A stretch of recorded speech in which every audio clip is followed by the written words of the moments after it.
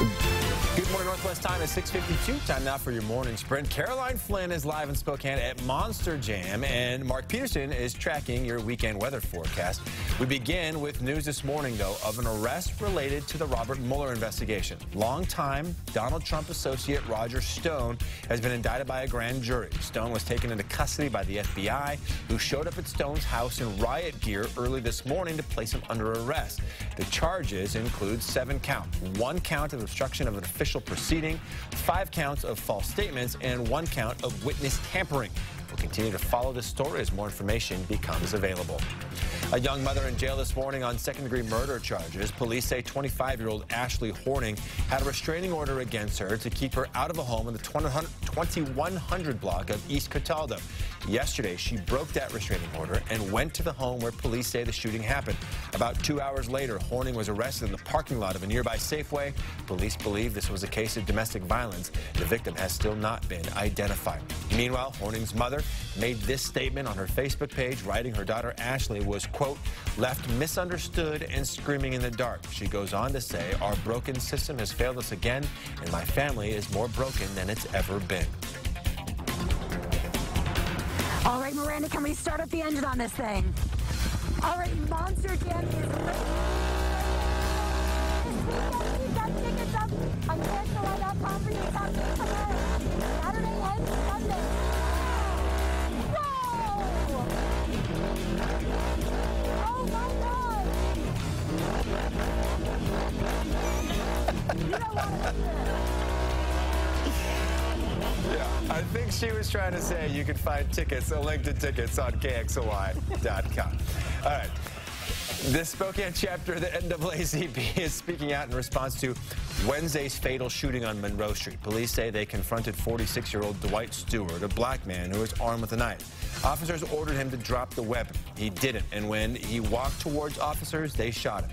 Spokane's NAACP president, Curtis Robinson, says the group has a good relationship with Spokane police and have had conversations about how to best respond to shootings like this one.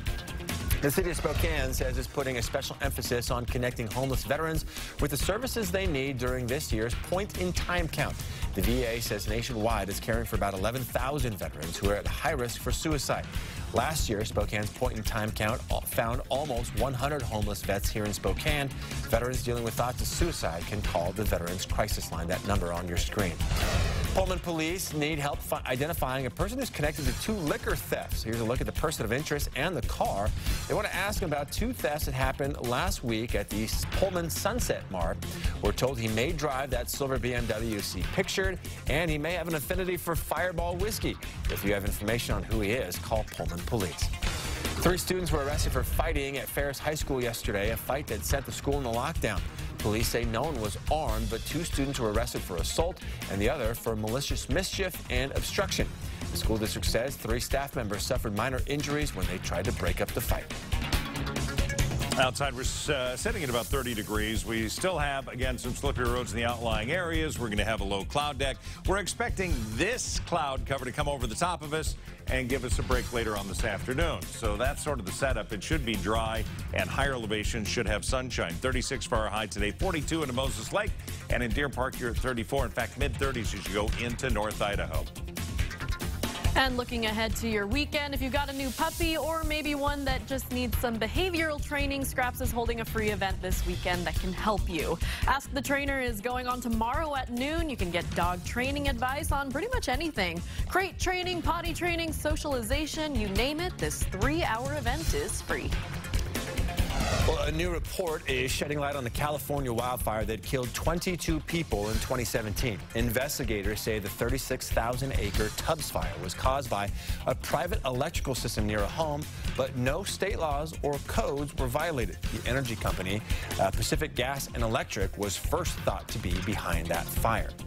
All right, coming up next on Good Morning America, a powerful new interview with the parents of murdered college track star and Pullman native Lauren McCluskey. Her family is fighting for justice, saying her death could have been prevented.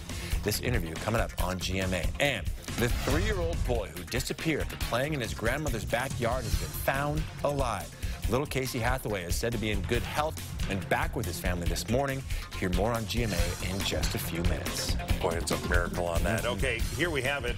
Again, less fog than what we've seen over the last couple of days. There's still some out there in the outlying areas. Roads, again, main arterials in pretty good shape. Outlying areas, some black ice out there. 36 today, 38 tomorrow. The weekend looking good. Sunday, sunshine at 40.